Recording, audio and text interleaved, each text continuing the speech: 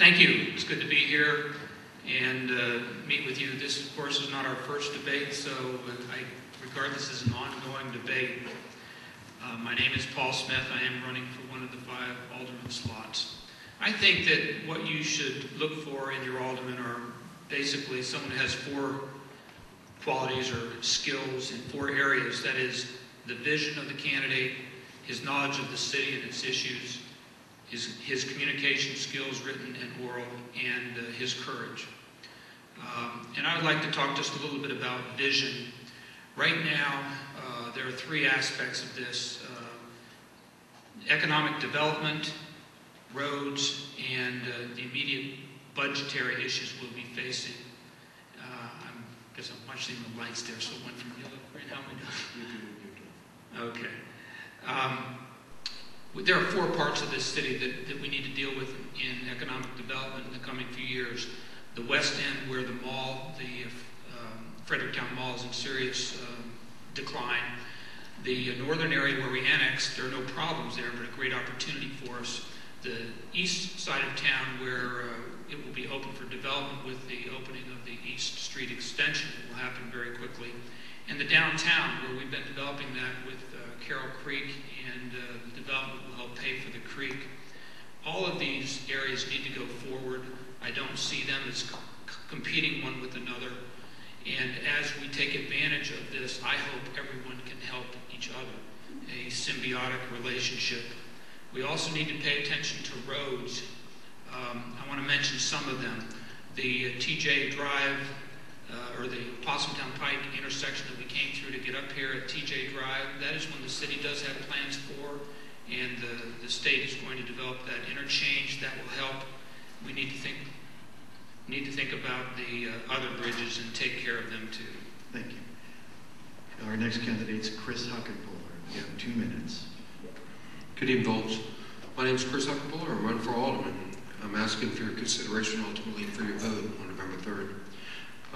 The question I just got last night, and I often get asked, who are you? I'm a guy who lives down on South Market Street in Frederick, and I'm also a guy that really cares about my city. I was born in Baltimore. I was adopted, and I was raised in Annapolis. I went off into the Marines at age 19. I was a paratrooper and a drill instructor. That's the past, and this is the present. I have run large and small network operations center. I do computer stuff for a living, and I've been very successful at it. I currently work as a civilian contractor for the Department of Defense. I've been living and working here since 1998, so that's who I am. I also get asked, why are you doing this? Why are you running for alderman? It takes a lot of time. It takes a lot of door knocking. It takes a lot of effort. I'm doing it because I also live in New York City, just like I suspect anybody else in here. I want lower taxes, less crime, and less government. And those are basic tenets of a conservative and Republican ideal. I want Frederick to be a destination city. I'm very proud of where I live. I grew up in Annapolis, but Frederick is much better. People don't believe me on that. Frederick is a much better town, with the exception of no docks. Paul just mentioned Carroll Creek, and we can do better. We can really, genuinely make it happen here. I want common sense change, and I think we can do better. Thanks for the invite tonight, and allow me to wear off y'all's ears.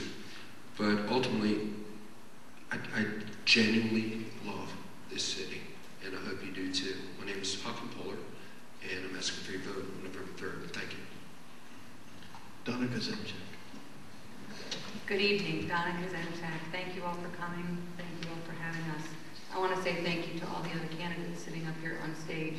This is not an easy thing to do when you're doing it the first time, or the second, or the third, or the fourth. I'm running for my 4th term as alderman. I think that an alderman should be open, honest, and willing to work hard to understand the issues. We're going to have to address a lot of different things in the next 4 years. And sitting here, we can tell you what we think they are, but sitting here 4 years ago, I would have never thought there would have been a buyout. So you have to elect people who do have the the ability to look at the issues in different ways and to get all of the information. You need them to be open and share that information with you. I, of course, would like your support in the November 3rd election, but I don't want it by myself. I would like you to vote for me and for other people sitting up here who you think will do a good job for you. Being an alderman is being part of a team. It's not like being the mayor where you make unilateral decisions. So you have to be able to work with the other people. As an elected official, I have supported education, public safety, neighborhoods, economic vitality, and open government throughout my term. Those of you who are here have been to many of these, most of you who are here at least have been to many of these, and you hear the same things over and over again. So I'm not going to keep saying them. Most of you know who I am. You know I'll be honest, and you know I'll be open with you. You can ask me any question, and I'm going to give you an answer. Maybe not what you want to hear, but I'm going to be honest about it. Thank you very much. Please visit www.kazemchekcampaign.com. Ms. Grimm.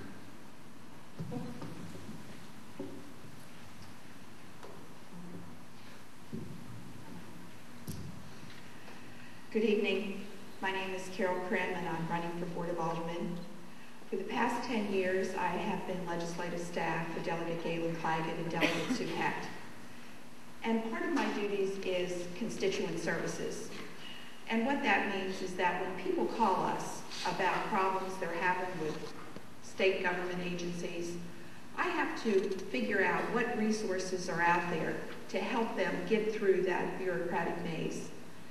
And when we have ultimately helped them, they are very grateful for our help, and I really enjoy doing that. But what else I have learned during my 10 years of working in the legislature is that we have to partner with our other elected leaders at the federal, state, county, and local level in order to address the challenges that face us and also reach out for the opportunities. We're going to have a lot of challenges here locally within the next few years. Our budget is going to be a big challenge because we are suffering cuts from the state level. Recently, we've experienced a $367,000 cut in police aid from the state government. And we also have lost almost all of our highway user revenues. So we're going to have to immediately reconcile the current budget. And also we're going to have to look forward to more cuts coming next year. So when you elect somebody, you need to look at who has the experience and knowledge to look at our fiscal responsibilities and be able to address them in a way that you will support. Also, I look forward to answering a lot of other issues this evening, and thank you all for coming. Ms. Russell.